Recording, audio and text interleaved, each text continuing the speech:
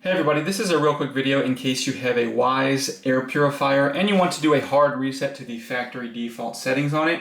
Now this is not a filter reset, this is not a Wi-Fi reset, this is a full factory reset restoring all of the default settings, and you'll need to set everything up again. You might want to do this for one of two reasons. The first reason is troubleshooting. If this air purifier is not working because it's not connecting to your network or it's not pairing with your device or anything like that, a factory reset can fix a lot of these issues. Now the second reason you might want to do this is if you're setting this up on a new Wi-Fi network or in a new home or anything like that where you just want to get a fresh start and set this up like it's coming out of the box with its factory default settings in place.